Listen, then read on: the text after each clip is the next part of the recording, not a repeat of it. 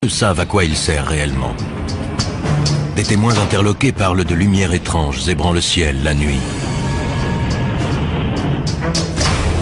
De bruits effrayants produits par des engins supersoniques.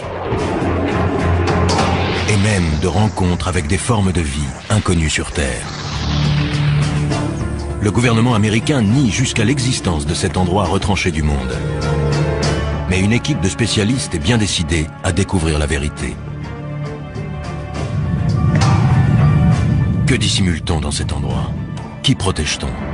Et jusqu'où le gouvernement est-il prêt à aller pour garder le secret de la zone 51?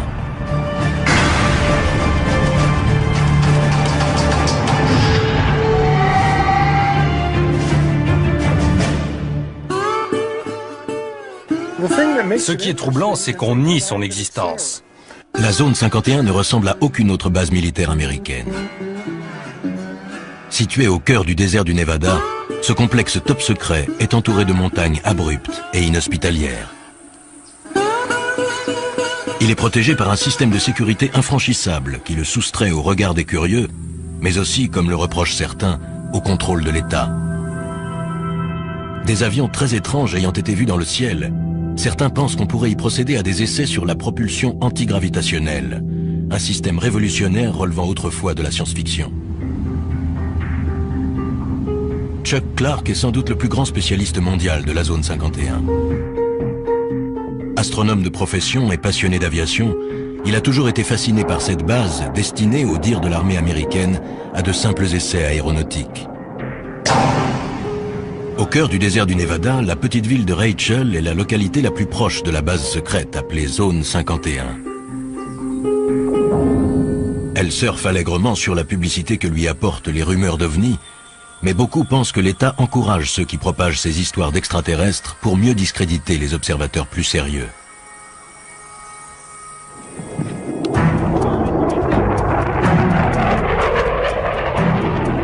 Chuck Clark s'est installé à Rachel pour surveiller et noter les moindres activités de la base. Aujourd'hui, il retrouve l'équipe d'experts qu'il a réunie pour tenter pendant 24 heures et en utilisant tous les moyens légaux possibles de mener l'enquête la plus complète jamais réalisée sur la véritable nature de cette base mythique. Leur mission, une journée et une nuit à l'affût du moindre indice, pour découvrir ce que l'État cache derrière les murs de la base militaire la plus protégée au monde.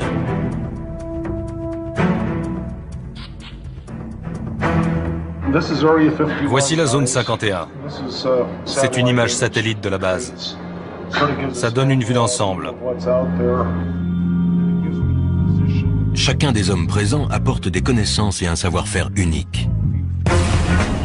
Guy Norris a été primé pour ses reportages sur l'aviation militaire. Toute sa vie, il a étudié les bases et les avions classés top secret. C'est intéressant, vous voyez, il n'y a absolument aucune indication de piste sur la carte dans cette zone interdite. Autrement dit, aux yeux du monde, il n'y a pas de piste ici. Même s'il est évident que la réalité est tout autre. Bob Grove, spécialiste en communication militaire, a étudié le SAZ.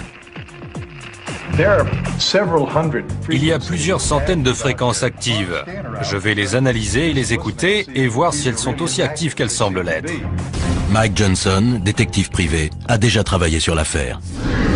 Les mesures de sécurité ne se limitent pas au fait d'avoir situé la base dans ce désert au fin fond de nulle part. Il sait que dans toute base militaire sous haute surveillance, les gardes sont fortement armés. Ici, ils sont prêts à faire feu sur les individus pénétrant sans autorisation. Pour pouvoir mieux observer le fonctionnement de la base, le groupe se sépare en deux équipes. La première s'occupera de la surveillance électronique.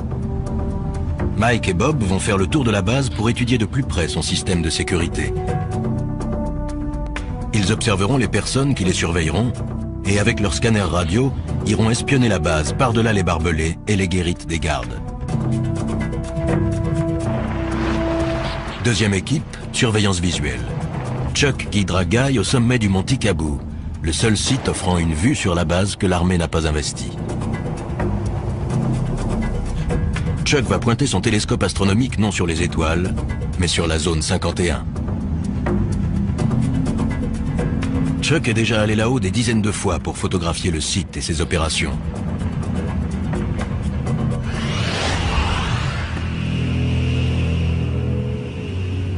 Il y a 10 ans, pour sa retraite, il est venu s'installer à Rachel pour étudier les derniers modèles de l'aviation militaire. Ces observations l'ont amené à constater que derrière les murs de la zone 51, la base règle et un commandement bien particulier, à l'abri des regards indiscrets et au-dessus des lois.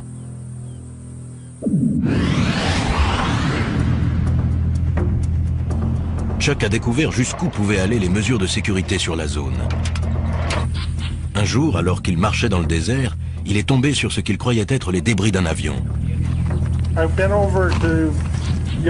J'ai voulu sortir le truc du sable par curiosité et j'ai vu une antenne qui dépassait. J'ai dégagé le sable. C'était un émetteur relié à un détecteur placé dans une boîte en plastique. Chuck venait de découvrir un détecteur de mouvement, placé non pas dans la zone tampon sécurisée, mais à des kilomètres du périmètre de la base secrète, dans un espace public.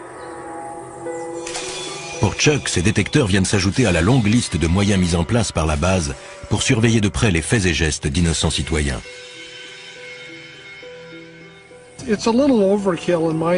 C'est exagéré. Ils ont une zone tampon de 40 km. Plus on s'approche et plus le terrain est impraticable. Je ne comprends pas pourquoi ils vont installer ce genre d'appareil en dehors de la zone. J'en ai trouvé dans la vallée d'à côté, à plus de 12 km de la limite et à 1 km de l'autoroute 375.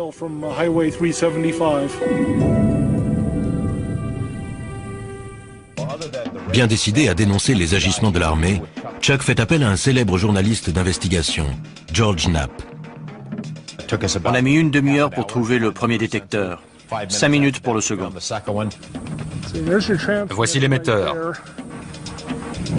Et un peu plus loin, il y a le temporisateur. Il porte l'indication « Propriété de l'État américain ».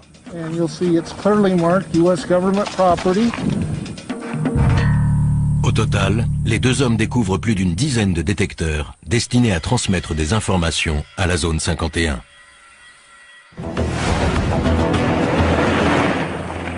Chuck Clark, astronome à la retraite qui connaît le désert comme sa poche, surveille de près la zone 51. Au moment de la diffusion de ce reportage, Chuck, lui, est déjà allé plus loin. Il a découvert un moyen de franchir les barbelés et de pénétrer à l'intérieur de la base sans se faire arrêter.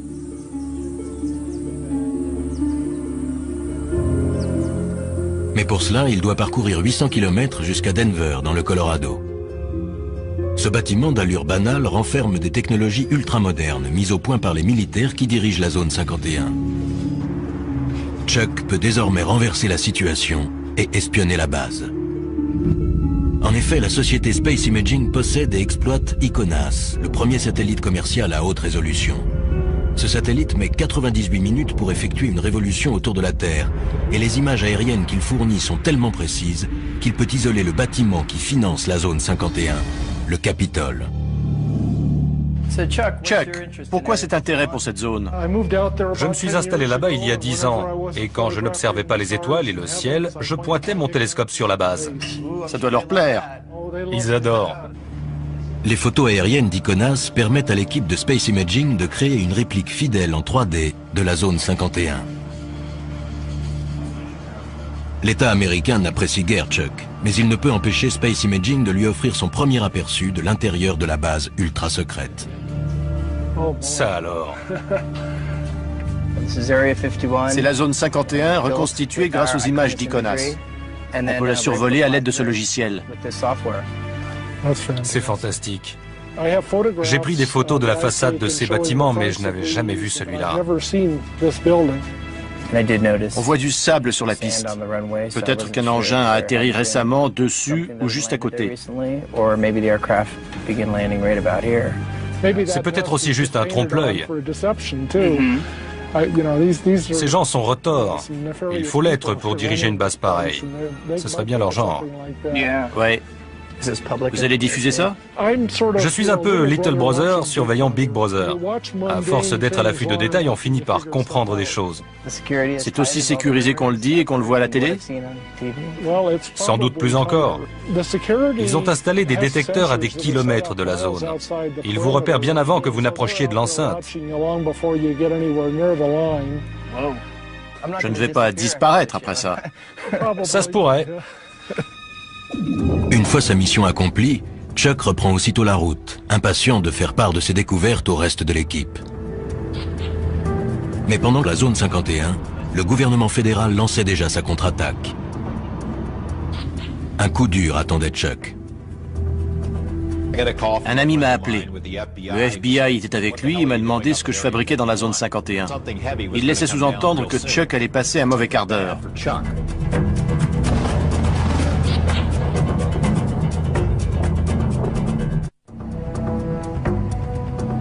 Perdue dans le désert du Nevada, la zone 51 est un site d'essai militaire secret.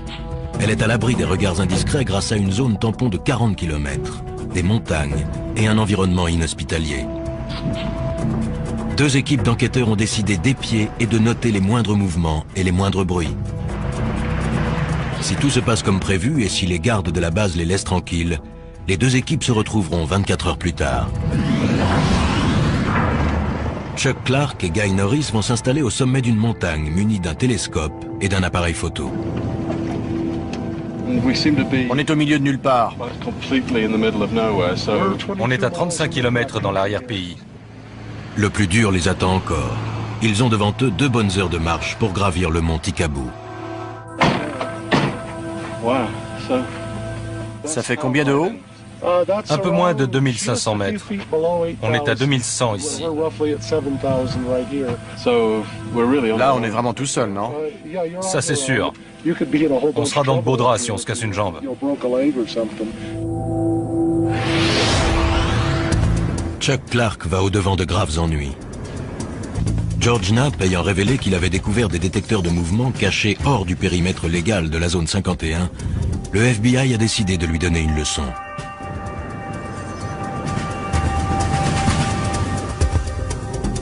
Alors qu'il se promenait dans le modèle 3D de la base secrète, la police fédérale a fait une descente à son domicile. Le FBI a confirmé qu'une perquisition avait eu lieu hier soir au domicile d'un observateur militaire dans la petite ville de Rachel, à proximité de la mystérieuse base militaire appelée Zone 51. Un reportage exclusif. La perquisition a été menée par une unité d'intervention antiterroriste. Le mandat est sous scellé et le FBI refuse de dire ce qui a été saisi au domicile de l'intéressé.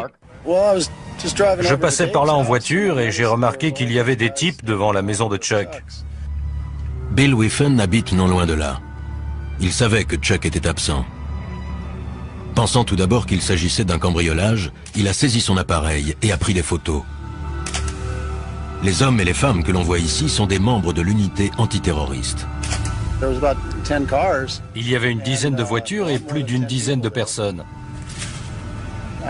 J'ai reconnu les insignes et le sigle FBI sur leur veste. Je les ai photographiés. Ils remplissaient des cartons et ils ont emporté un disque dur. Chuck arrive chez lui sans se douter de ce qu'il attend. Voyons voir. Tiens, c'est bizarre. Chuck a perdu le fruit de son travail, mais il se sent aussi traqué dans son intimité et menacé. Le mandat et la liste du matériel confisqué ont été laissés sur la table de sa salle à manger. C'est juste un mandat de perquisition. Ils ont laissé une carte. Et l'inventaire, je suppose. Voyons ça. Mandat de perquisition de la Cour américaine. Unité antiterroriste du Nevada. Rien que ça. Chaque recoin de la maison a été soigneusement fouillé. Ils ont pris un tas de trucs. Des scanners, des radios. Ils ont embarqué 6 disquettes, 15 CD, des photos de la zone 51, des négatifs, 2 albums de photos et l'écran. Ça, je ne vois pas pourquoi. Qu'est-ce qu'ils espèrent tirer d'un écran? Ah, le téléphone. Les nouvelles vont vite. Des voisins et des amis appellent. Allô? Apparemment, le FBI est passé chez moi en mon absence. Non, je n'ai pas encore disparu. C'est pour ce soir. Ce que je fais ne leur plaît pas, mais ce n'est pas illégal. Ils n'ont pas dû apprécier qu'on raconte qu'ils ont placé des détecteurs sur l'espace public. Leur message était clair. Arrêtez.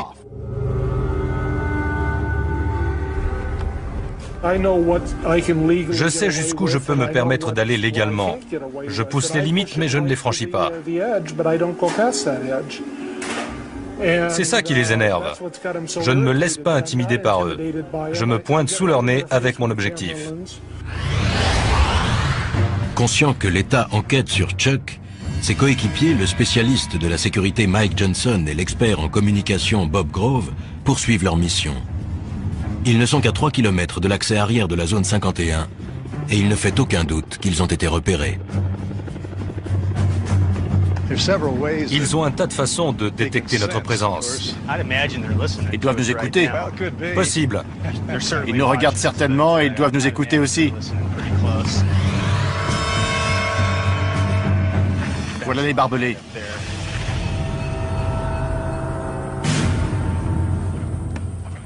Les deux hommes décident de longer les barbelés sans quitter des yeux le bâtiment des gardes. Voyons ce qu'on va trouver. Il y a des détecteurs sur la clôture là-bas. La boîte blanche.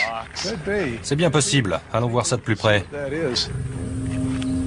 Ils sont visiblement sous surveillance. J'irai pas plus loin. Oui, allons voir s'il y a quelque chose de l'autre côté de la route. À environ 100 mètres de distance, ils voient pour la première fois les forces de sécurité privées engagées pour protéger la zone 51. Sur la base, on les appelle les camos, à cause de leur tenue de camouflage beige.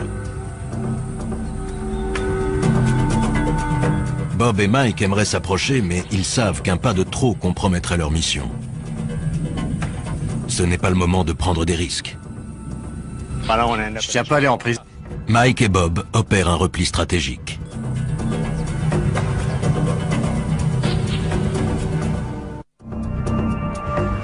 Nos enquêteurs souffrent des rigueurs du climat désertique. Ils réalisent que 24 heures est un délai bien court pour tenter de découvrir les mystères d'un lieu dont l'État continue de nier l'existence. J'aurais dû m'entraîner. Sur la montagne, Chuck et Guy ont entrepris l'ascension du mont Tikabou par un sentier dangereux. Ils portent un télescope de 20 kg et du matériel pour affronter la nuit froide. Les 800 premiers mètres jusqu'à la crête sont tuants. Le chemin est raide et glissant. Et ça ne va pas en s'arrangeant. Leur destination, le seul site d'où l'on puisse avoir une vue en surplomb de la zone 51.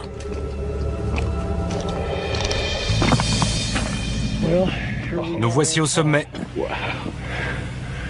C'est vraiment spectaculaire.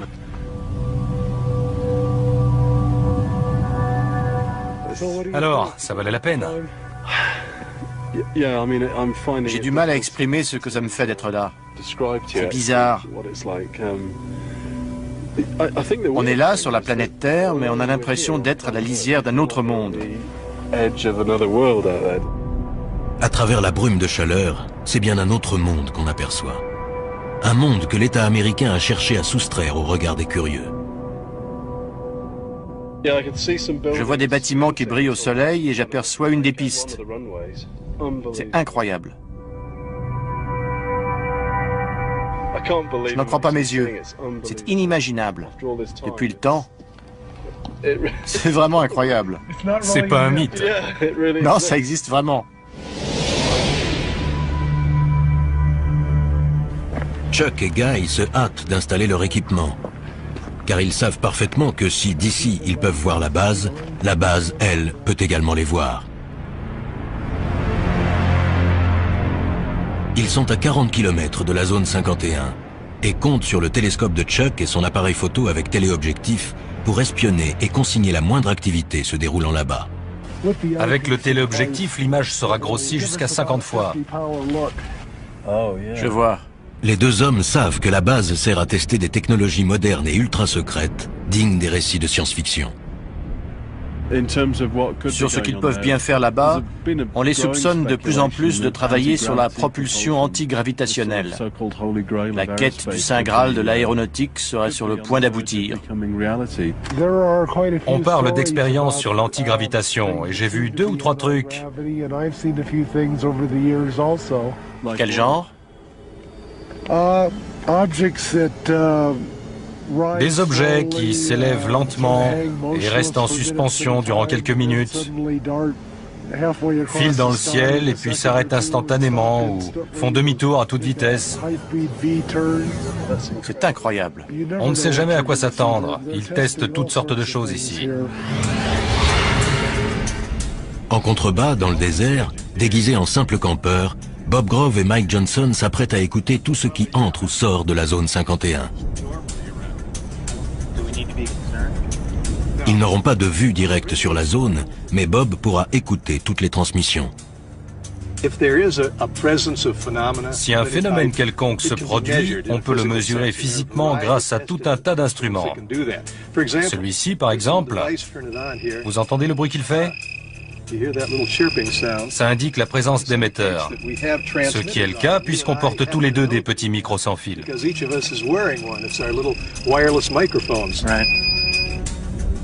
Une fois leurs instruments réglés, Bob et Mike se préparent à une longue nuit d'écoute.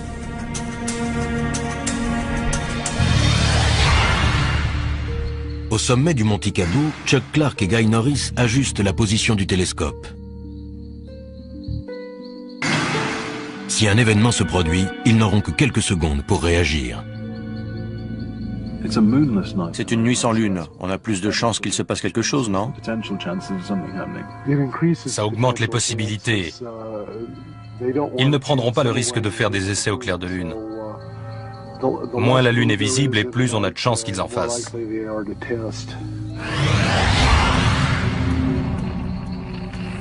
Il est presque 2 heures du matin.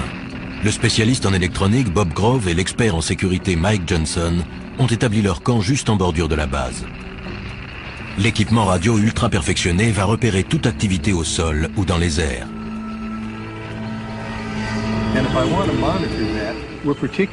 Ce qui nous intéresse particulièrement, ce sont les signaux émis dans cette gamme de fréquences, car c'est celle du gouvernement fédéral, de 160 à 170 MHz. Puis, un peu au-dessus, c'est celle de l'aviation militaire, de 225 à 400 MHz. Ils entendent tous les sons émis dans la zone 51.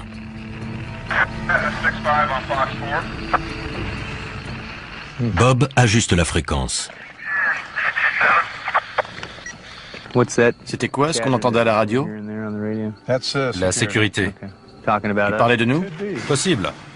Mike et Bob soupçonnent fortement la sécurité de la base de les surveiller. Toute la nuit, ils se tiendront prêts à une éventuelle intervention.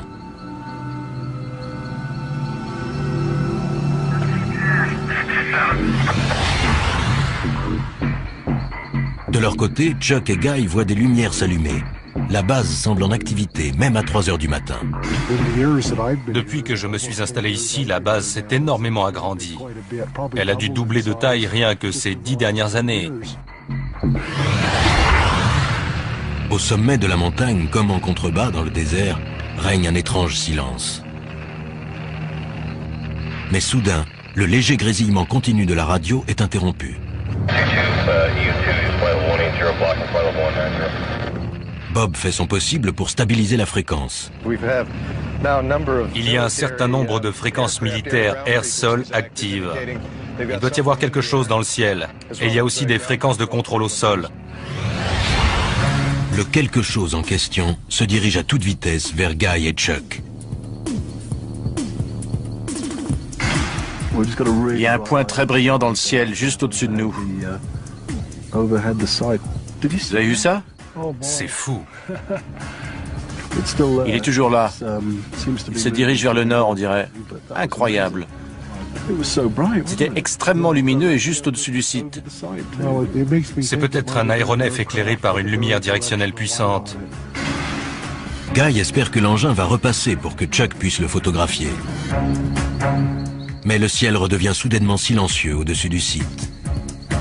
La piste est replongée dans l'obscurité. 5h30 du matin. Le jour se lève. Chuck et Guy jettent un dernier coup d'œil sur la base avant que la brume de chaleur n'obscurcisse l'image. On voit la tour de contrôle à gauche de la colline un peu plus haute, au centre. Elle dépasse de 5 ou 6 mètres. Oui, je vois. On dirait que les véhicules sont sur le côté gauche du nouveau taxiway.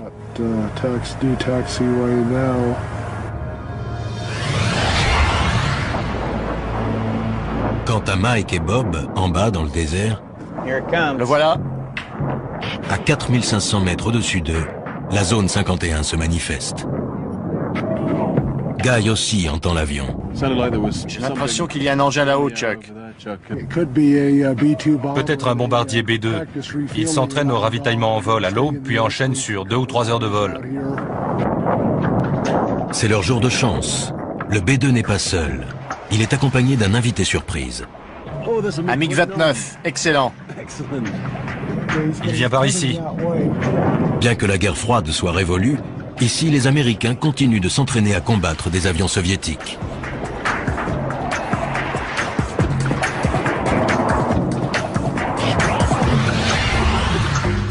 En contrebas, dans la vallée, Mike et Bob sont persuadés que la sécurité de la base les a épiés toute la nuit.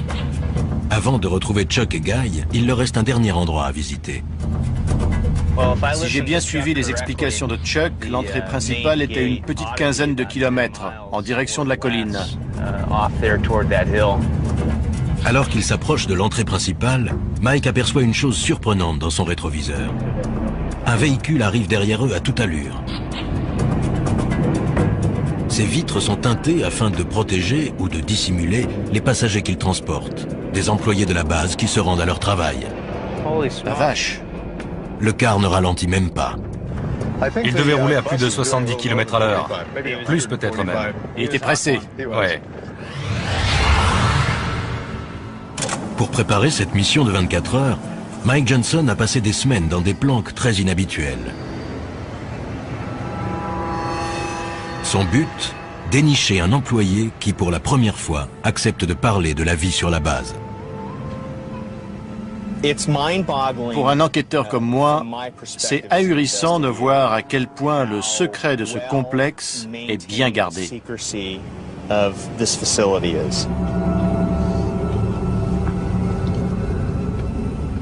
Première énigme à élucider, combien de personnes travaillent sur ce site perdu dans le désert et comment s'y rendent-elles?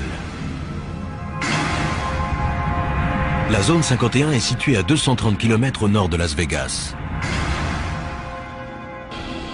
Depuis des années, on raconte que 5 jours par semaine, une mystérieuse compagnie aérienne transporte des centaines d'employés depuis un aéroport situé près de Las Vegas jusqu'à la base secrète. La compagnie s'appellerait Janet Air, J-A-N-E-T, ce qui signifierait en anglais « Just Another Non-Existent Terminal », encore un terminal qui n'existe pas. Quel que soit son nom, en tout cas, la compagnie existe bel et bien. Nous sommes à l'aéroport international McCarran. Le terminal Janet est situé à l'extrémité ouest. Ce site secret n'est qu'à quelques centaines de mètres du fameux strip de Las Vegas. Les seules indications sont les pancartes « Attention »,« Installation sous surveillance »,« Entrée non autorisée ». Il n'est écrit nulle part de quoi il s'agit.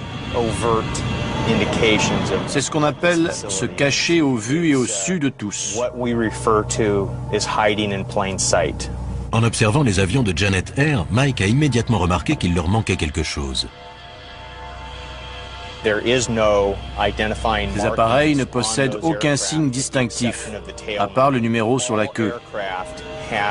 Tous les avions portent un numéro, sauf les avions militaires.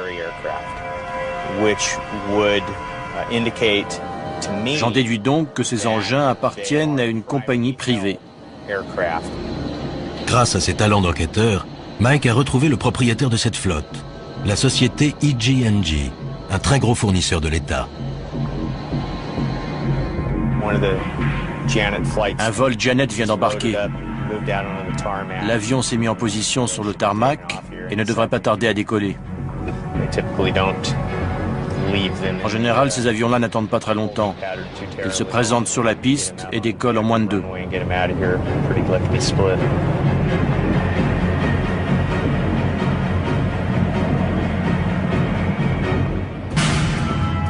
Chaque jour, des centaines d'hommes et de femmes franchissent ces grilles pour aller travailler sur la zone 51.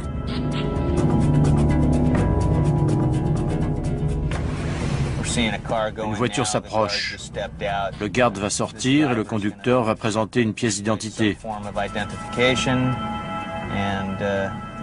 Le garde se demande ce que je fais là. On s'observe mutuellement. Mike a beau être sur la voie publique, il a toutes les raisons de s'inquiéter. Le garde n'a pas quitté sa voiture des yeux. C'est clair qu'il m'a repéré. Il sait que je suis là. Ce pourrait être pour Mike l'occasion de tester le cité. Mais il sait qu'il risque de compromettre la mission ou de finir en prison.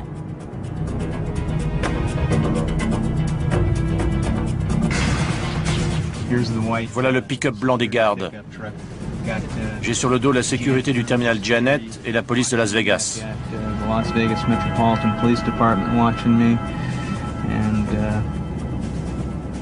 Ça m'étonnerait fort qu'aucun type en civil ou en uniforme ne vienne me demander mes papiers.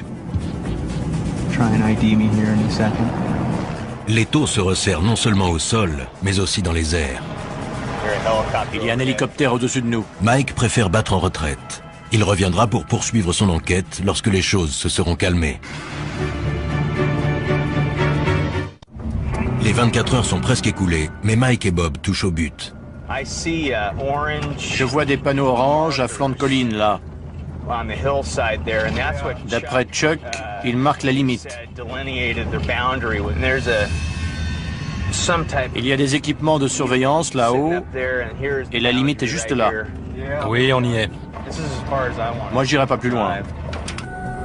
Ce modeste tronçon de route est l'un des lieux les plus surveillés de la planète.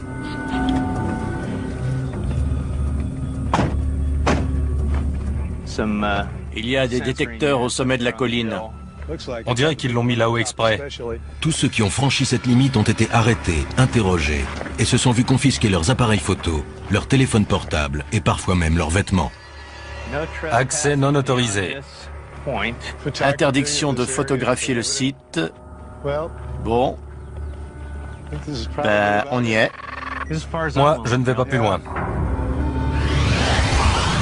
Si des centaines de personnes travaillent sur la zone 51, pourquoi aucune d'elles n'a-t-elle jamais parlé?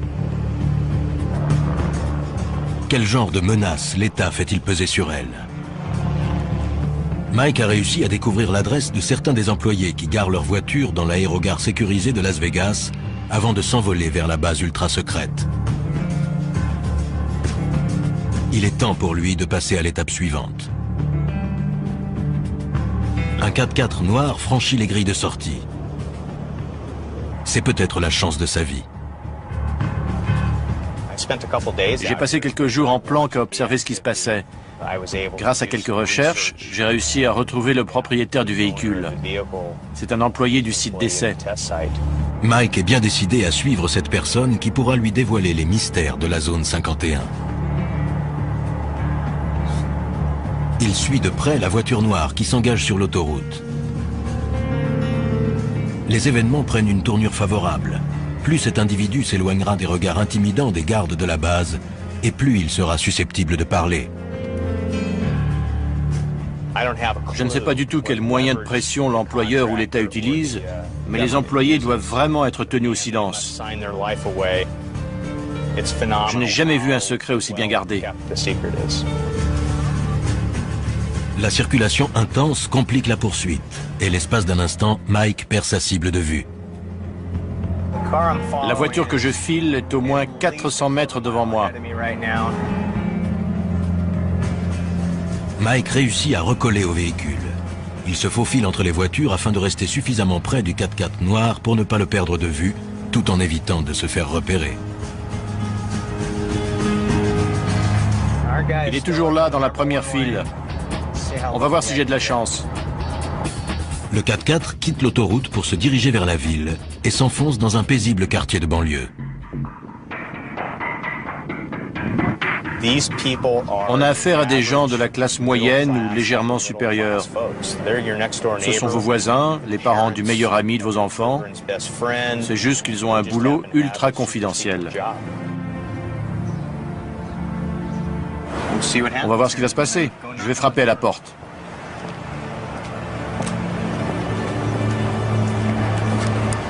Les réponses aux questions de Mike se trouvent-elles derrière cette porte? Quel secret va-t-il découvrir?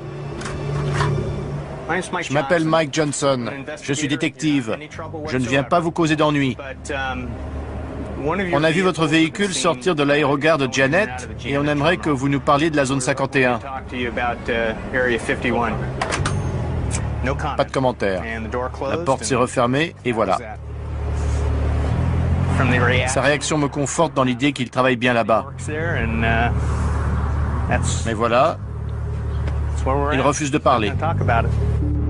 Les règles strictes de confidentialité imposées par l'État sont un obstacle de taille. Mais Mike est patient. Il compte bien trouver quelqu'un qui acceptera de parler. Je vais devoir approfondir les recherches. Dénicher un employé mécontent et prêt à parler, ou tout au moins à reconnaître avoir travaillé sur la zone 51.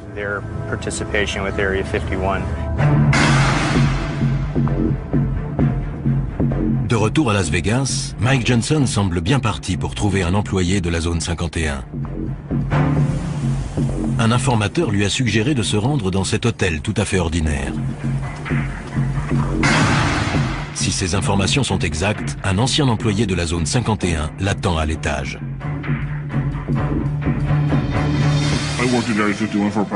J'ai travaillé sur la zone 51 pendant environ 14 ans, des années 1980 au début des années 90. C'est gagné. L'homme est prêt à se confier, mais uniquement à condition qu'on taise son nom, qu'on masque son visage et qu'on déforme sa voix. On a mis des vies en danger et compromis, voire brisé des carrières pour garder le secret sur la nature. Mike a planqué des heures durant devant l'aérogare de Janet Air, la compagnie desservant la zone 51.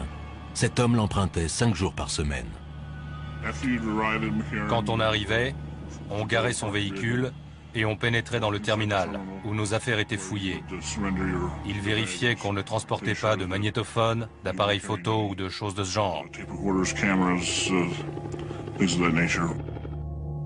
Monsieur X confirme la précision du modèle 3D de la base reconstituée d'après photosatellite. Oui, c'est tout à fait ça. Il explique qu'à l'intérieur de la base, la peur est omniprésente. Les mesures de sécurité à l'égard du personnel sont bien plus strictes que ce qu'on peut voir à l'extérieur. Quand vous appeliez chez vous, il fallait faire très attention à ce que vous disiez à votre femme ou à vos enfants par rapport à où vous étiez, quand vous alliez rentrer et par quel moyen de transport.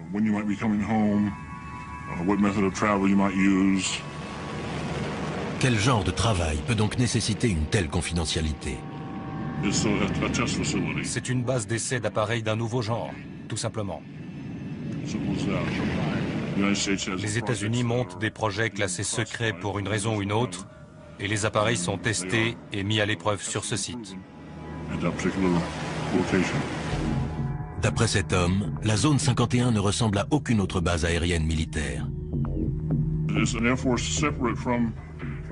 C'est une armée distincte de l'armée de l'air régulière.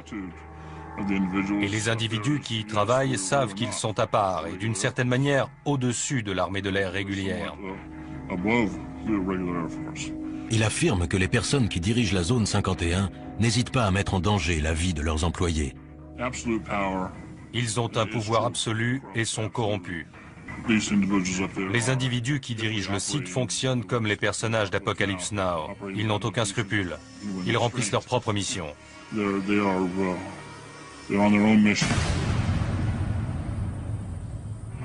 Il ajoute que quiconque critique les procédés est rapidement évincé.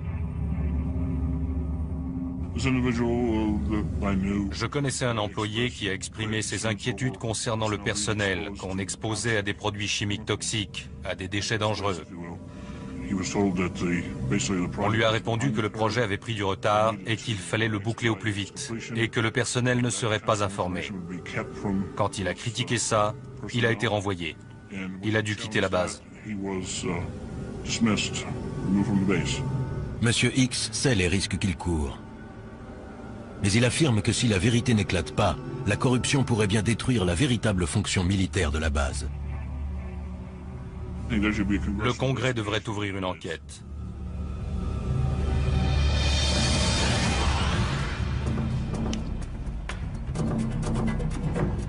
Sur le terrain, affamés et épuisés, Chuck et Guy vont devoir à présent affronter une descente raide et délicate.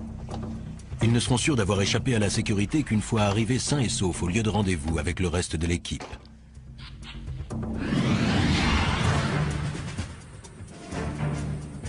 Depuis un véhicule garé en surplomb, un camo, un de ces gardes privés chargés de protéger la zone 51 et de repousser les éventuels curieux, observe Mike et Bob. Et voilà, là, il prend son pied. Il y a un mec là-bas qui nous regarde et nous écoute en ce moment même. Il doit rigoler en m'entendant parler de lui.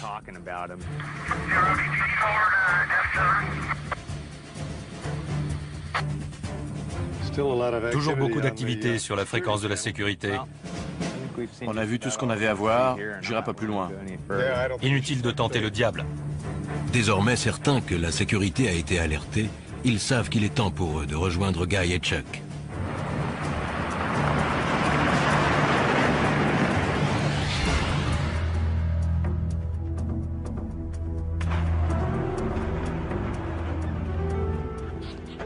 Salut. Vous êtes aussi fatigués que nous? Pire. L'enquête de ces hommes a prouvé que la base était en pleine activité. La radio crépitait, une mission se préparait. On avait une vue excellente de la base. C'était incroyable à une telle distance. Si ce qu'a rapporté M. X est vrai, des hommes comme Chuck Clark et son équipe sont le seul espoir de voir un jour réformer une base militaire qui perd pied avec la réalité à cause d'un excès de confidentialité.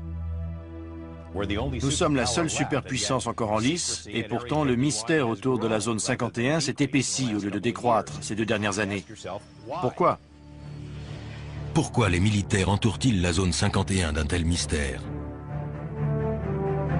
Est-ce pour protéger la sécurité nationale des États-Unis ou simplement pour couvrir des activités plus troubles? En tout état de cause, le gouvernement reste muet. Alors si vous passez un jour par le désert du Nevada, allez donc jusqu'à la zone 51 et regardez à travers les barbelés qui protègent le site.